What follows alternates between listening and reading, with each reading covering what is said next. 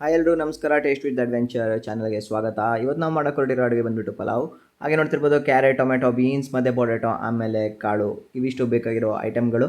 ಅದ್ರ ಜೊತೆಗೆ ಇನ್ನು ಮಿಕ್ಕಿರೋ ಐಟಮ್ಗಳು ಏನೇನು ಬೇಕು ಅಂತ ಹೇಳ್ತೀನಿ. ಹಂಗೆ ನೋಡ್ಕೊಂಬಂದುಬಿಡೋದಾದರೆ ಮೆಣಸು, ಈರುಳ್ಳಿ, ಆಮೇಲೆ ಕೊತ್ತಂಬರಿ ಸೊಪ್ಪು, ಅದ್ರ ಜೊತೆಗೆ ಬೆಳ್ಳುಳ್ಳಿ, ಇಷ್ಟು ಐಟಮ್ಗಳನ್ನ ನೀಟಾಗಿ ತಗೊಂಡು ಕಟ್ ಮಾಡಿ ಇಟ್ಕೊಂಡು ಬೌಲಲ್ಲಿ ಹಂಗೆ ಸ್ವಲ್ಪ ರೈಸ್ ತೊಗೊಂಡು ಇಟ್ಕೊಂಡಿರ್ತೀವಿ. ಅದನ್ನ ನೀಟಾಗಿ ತೊಳ್ಕೊಳ್ತೀವಿ.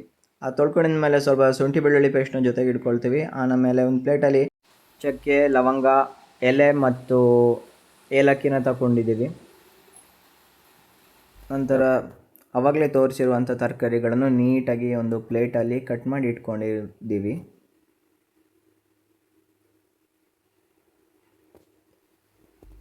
ಹಾಗೆ ಒಂದು ಪ್ಲೇಟ್ ತಗೊಂಡು ಆ ಪ್ಲೇಟಲ್ಲಿ 1-2 ಸ್ಪೂನು ಉಪ್ಪು, ಆಮೇಲೆ ಖಾರ ಹುಡಿ, ಆಮೇಲೆ ಸಾಂಬಾರು ಹುಡಿ ಮತ್ತು ಪಲಾವ್ ಹುಡಿ ಮಸಾಲೆಗಳನ್ನೆಲ್ಲ ಒಂದು ಪ್ಲೇಟಲ್ಲಿ ಹಾಕಿ ಇಟ್ಕೊಂಡಿರ್ತೀವಿ.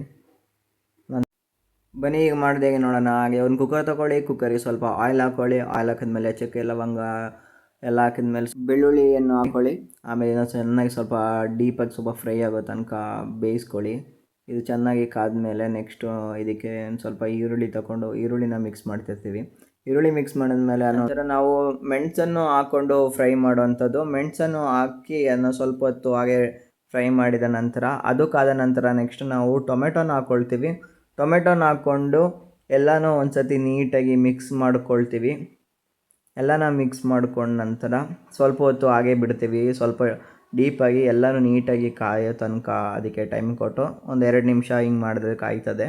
ಇದೆಲ್ಲ ಹಿಂಗೆ ಕಾದಾದ ಮೇಲೆ ನಂತರ ನಾವು ಆಲ್ರೆಡಿ ಬೌಲಲ್ಲಿ ತೆಗೆದಿಟ್ಕೊಂಡಿರುವಂಥ ಕಾಳುಗಳು ಮತ್ತು ಇತರೆ ತರಕಾರಿಗಳನ್ನು ಇಟ್ಕೊಂಡಿರ್ತೀವಿ.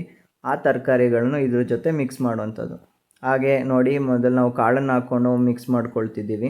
ಹಾಗೆ ಕಾಳು ಹಾಕಿದ ನಂತರ ಇನ್ನೂ ಮಿಕ್ಕಿರುವಂಥ ತರಕಾರಿಗಳನ್ನು ಹಾಕುತ್ತೀವಿ.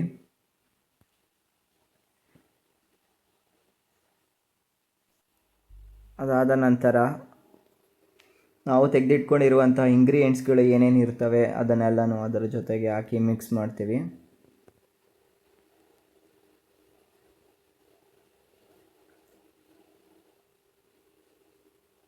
ಇಲ್ಲಿ ನಾವು 2 ಗ್ಲಾಸ್ ಅಕ್ಕಿಗೆ 4 ಗ್ಲಾಸ್ ನೀರನ್ನು ಹಾಕಿದ ನಂತರ ನಾವು ಪಲಾವ್ ಎಲೆಯನ್ನು ಹಾಕ್ತಿದ್ದೀವಿ. ಆಮೇಲೆ ಅಕ್ಕಿಯನ್ನು ಹಾಕಿ ನಾವು ಮುಚ್ಚಳನ್ನು ಮುಚ್ಚುತ್ತೀವಿ.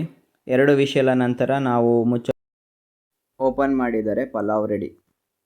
ಹಾಗೆ ಚಟ್ನಿನ ಹೇಗೆ ಮಾಡೋದು ಅಂತ ನೋಡ್ಕೊಂಬರೋದಾದರೆ ನಮಗೆ ಬೇಕಾಗಿದ್ದು ಮೆಣಸು, ಹುಣಸೆ ಹುಳಿ, ಉಪ್ಪು, ಕಡಲೆ ಹಾಗೂ ತುರಿದಿಟ್ಕೊಂಡಿದ್ದಂಥ ಕಾಯಿ ತುರಿ, ಇವಿಷ್ಟನ್ನು ತಗೊಂಡು ನಾವು ಮಿಕ್ಸಿ ಜಾರಿಗೆ ಹಾಕೋತೀವಿ. ಮಿಕ್ಸಿನ ಗ್ರೈಂಡ್ ಮಾಡ್ತೀವಿ. ಗ್ರೈಂಡ್ ಮಾಡಿದ ನಂತರ ರೆಡಿ ಆಗ್ತದೆ ಚಟ್ನಿ.